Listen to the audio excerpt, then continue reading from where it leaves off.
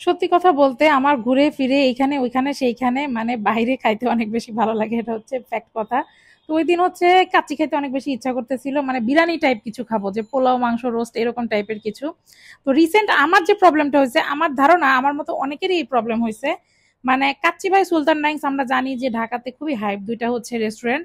কাচ্চি বা বিরিয়ানির জন্য আমরা অলওয়েজ ওখানেই যাই।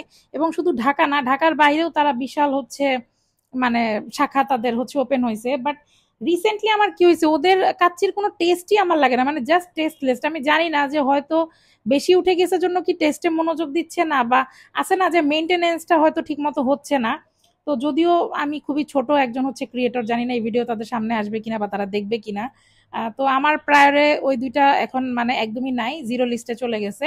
তো আমরা গেছিলাম হচ্ছে কাচ্চিজে। কাচ্চিজ হচ্ছে ধানমন্ডি ২৭-এর মাথায়। আর সবচেয়ে বড় কথা, এটা কিন্তু কোনো হচ্ছে পেইড ভিডিও না বা কোনো প্রমোশনাল ভিডিও না। আমি গেছি, আমি শেয়ার করি। আর আমি সাধারণত এগুলো মানে কাজ করিও না, কজ আমি বেসিক্যালি একজন উদ্যোক্তা। তো আমার হচ্ছে এসবের দরকার হয় না, আমি আমার বিজনেস নিয়ে অনেক ভালো আছি। এগুলো করি, শখের বসে করি। আর এক্সট্রা টাকা আসলে কান্না ভাল লাগে। আর ফেসবুক থেকে দিচ্ছি, সো ওদের কাছ থেকে এক্সট্রা ভাবে নেওয়ার আমার টার্গেটই নেই, মানে আমি ওই ইন্টেনশনে হাঁটিই না। এটা হচ্ছে ব্যাপার। তো কাচ্চিজের খাবার কিন্তু খুবই মজা, আমি হাইলি রিকমেন্ড করবো যারা যান নাই বা কখনো ট্রাই করে নাই, ডেফিনেটলি একবার কিন্তু ট্রাই করেন।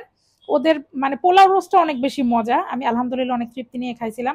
মাঝে মাঝে বাসাতেও অর্ডার করে খাই, মাঝে মাঝে আমার ভাগনা ভাগ্নিগুলাকেও নিয়ে যাই। আর এই যে এই জায়গায় দেখতেছেন যাব হচ্ছে বাহিরে, খাওয়া দাওয়া করে তো ওই দিন চলে আসছি। তার পরের দিনের ঘটনা বলতেছি। তারপরে হচ্ছে এই যে দেখেন ঝুলতেছিল, তো আম্মা ছিল যার কারণে আমি একটু ব্লার করে দিছি, আমি লাস্টে আবার দেখাবো। তো বিষয় হলো এখন যাচ্ছিলাম হচ্ছে পার্লারে। পার্লারে বলতে আমি এর আগেও আপনাদের সাথে শেয়ার করেছিলাম যে আমি হচ্ছে চুল রিবন্ডিং ওমেগা করেছিলাম, ওইটা আমি পেজে হচ্ছে আর্টিস্ট পেজে আমি শেয়ার করেছিলাম। তো এখন যেহেতু আলহামদুলিল্লাহ পর্দা করছি এবং আমি ফেস লাইভে বা ফেস ভিডিওতে হয়তো আর কখনোই ইনশাল্লাহ আসবো না, আল্লাহ আমাকে হেদায়েত দিয়েছে এবং আমি এটাকে ধরে রাখারই চেষ্টা করব। তো আমি আপনাদেরকে একটা রিভিউ দিব, এবং অনেস্ট রিভিউ, হ্যাঁ, এটা কোনো পেইড রিভিউ না, ওদের সার্ভিস জাস্ট অসাধারণ। এটা কিন্তু কল্যাণপুরেই আছে, এই যে বিউটি ক্যাসেল। এটা ডিটেলস আপনারা আর্টিস্ট পেজে আমার পেয়ে যাবেন। আর ইউটিউবে আমার একটাই চ্যানেল, ফারজানা তাজরিন, বাস এইখানেই এতটুকুতে আমি অ্যাভেলেবেল। টিকটকে আমার একটাই প্রোফাইল ভাই, আমি এত বেশি জায়গায় যাইও না, মানে অল্প যে কয়েকটা জায়গায় দেওয়া যায়, যে কয়েকটা জায়গায় হ্যাঁ ওই কয়েকটা জায়গায় আমি অ্যাভেলেবেল।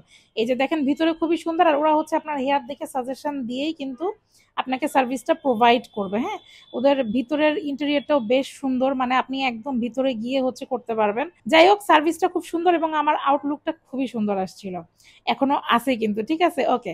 এই যে দেখেন কে ঝুলতেছে, সেই ঝুলতেছিল এবং আমি আসার পরেও দেখতেছি যে ঝুলতেইছে।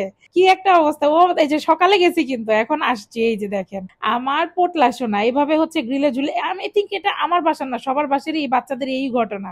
এনিওয়েজ ব্লগটা এখানে শেষ করছি, নেক্সট ব্লগে আবারও দেখা হবে।